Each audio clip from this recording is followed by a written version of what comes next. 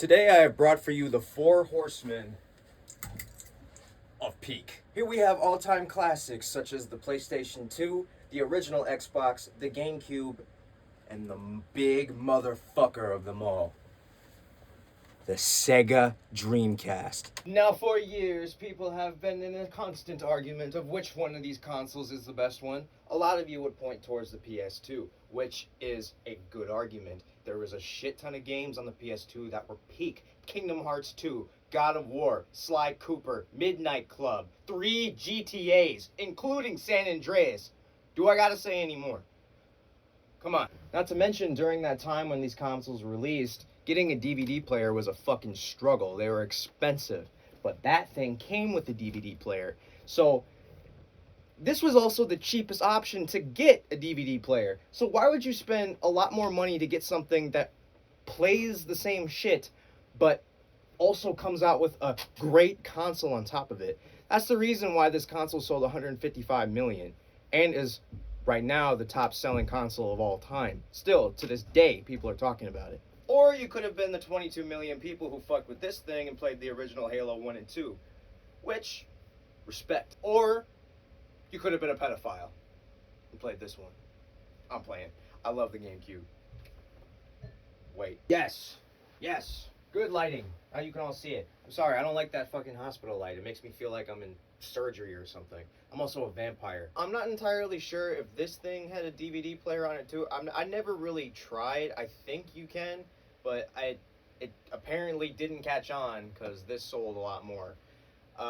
This also had, the original Xbox also had about the same games that the PS2 had, with some titles like Castlevania, Curse of Darkness, and Land of Innocence. Land of Innocence went on here, Curse of Darkness went on here. Just weird shit like that.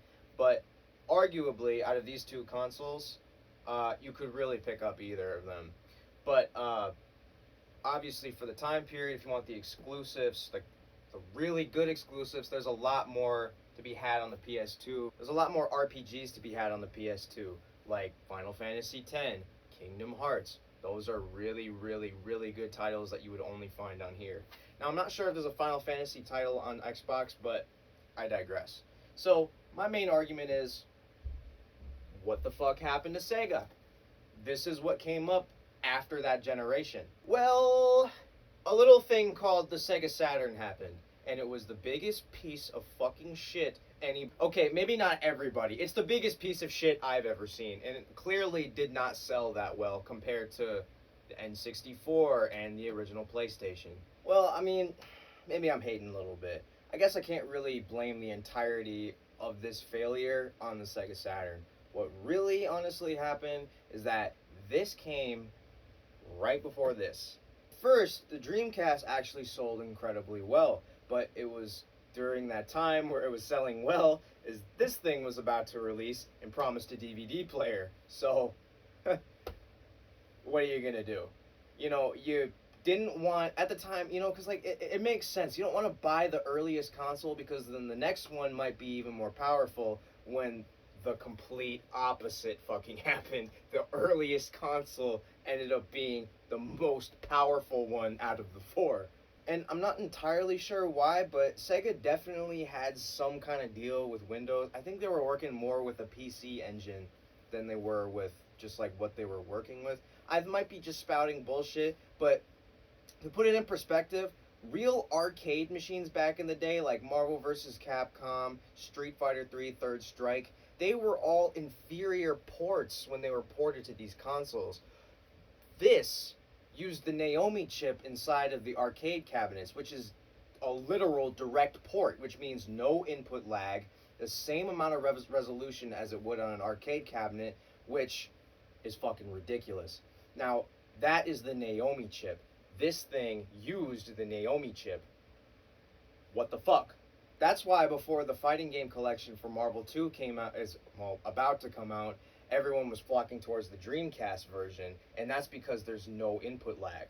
It's the exact arcade port.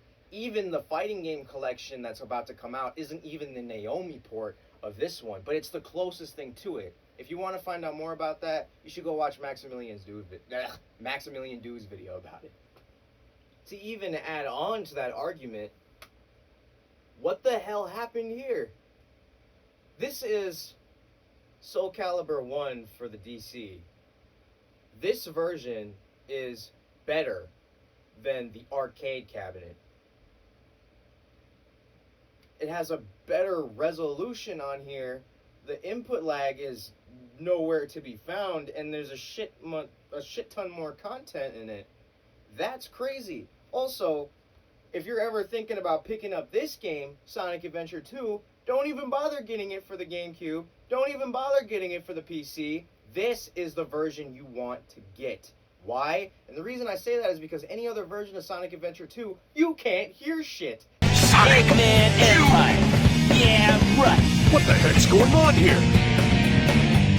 Don't worry, Mr. President. What did you Everything's do? under control. Just leave it to us. Move aside, Knuckles!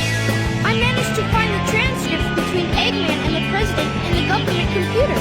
I'm following the President's limo right now! There's a mission in Aquatic Mines. I can't even hear the fucking song.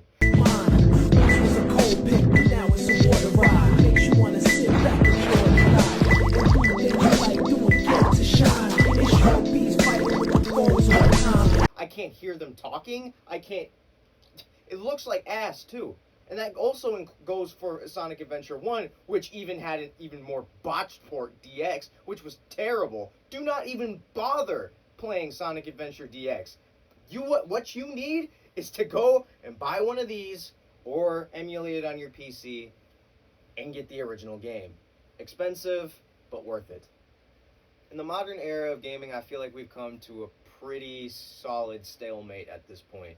Nintendo, still making some decent games, but they make terrible marketing decisions. Why the fuck is Mario A Thousand Year Door $60 again? That's fucking retarded. I'm not gonna spend $40 on Metroid Prime Remastered. Those games should be $20. $20. And I you know what? I'm gonna make another video about Nintendo's whole marketing scheme too, because I hate Nintendo at this point. Xbox, suck my fucking balls. I don't know what you're jerking off to nowadays, but your console's an absolute failure, and not for any good reason. It's because you make stupid decisions. The PlayStation, PS5 is going pretty strong right now, but damn, man, there's like no good games on PS5. I'm not just saying that either. We're almost more than halfway through its life cycle at this point, and I still feel like I can't really recommend anybody a fucking masterpiece on the PS5. There's no, at least the Switch had Breath of the Wild. I can tell you that that's a reason you should pick up the Switch, is Breath of the Wild and Mario Odyssey. I don't really have a reason to tell you to get a PS5 other than just to play online with me. That's about it.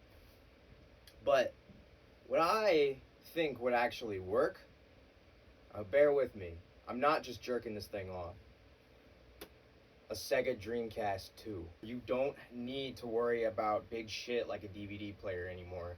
You can have a powerful, just a console that's more powerful than the three that are out right now. Improve it in any way you possibly can. Have the same amount of swag in the UI that you have on your Dreamcast. Hell, even have the same controller, just with a fucking camera control. Sega Dreamcast controller is also an incredibly cool piece of fucking hardware. Dude, I have never ever in my life, at any of these consoles point in my lifetime, have ever seen a memory card in the controller, let alone with a screen. If you add peripherals like that to your controller again, I promise you people are gonna be like, what the fuck is that? That looks cool. And they'll buy it. Like, if you just keep adding like cool shit with NEN in it, I promise you people are going to flock to your console. We've been wondering where the fuck you've been for a long time, and honestly, there's no better time than now.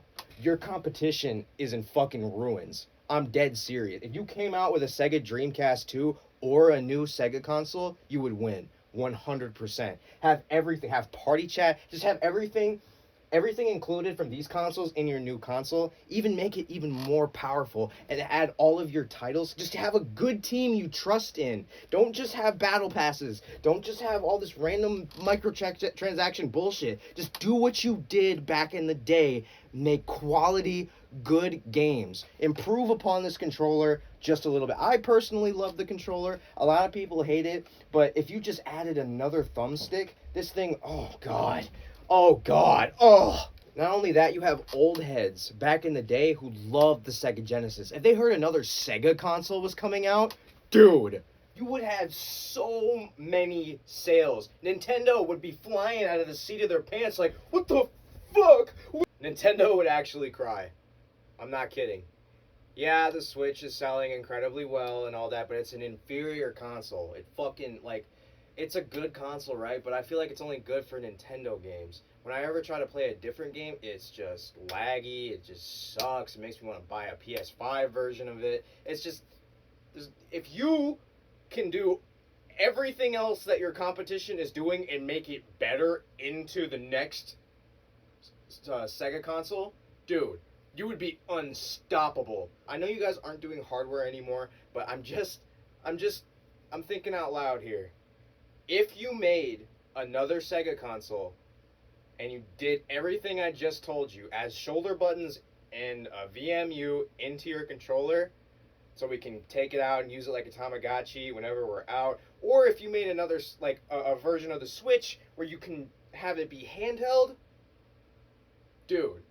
Now you guys might be thinking just buy a PC at this point. Look, the PC is great, right? Nobody's arguing that. It's the most powerful.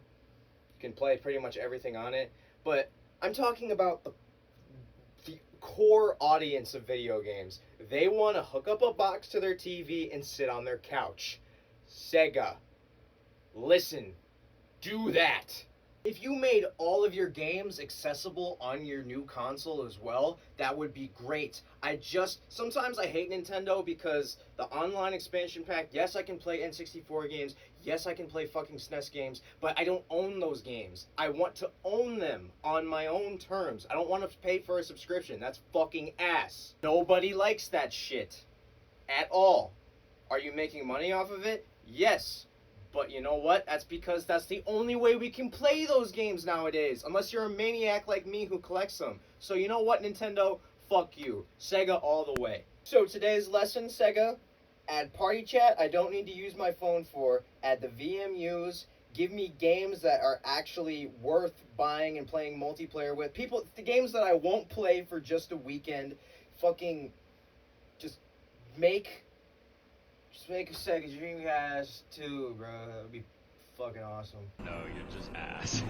Tennessee get me. Fuck around and buy her a wedding ring. I'm off from drugs, I swear I be hearing things. Playtime's over.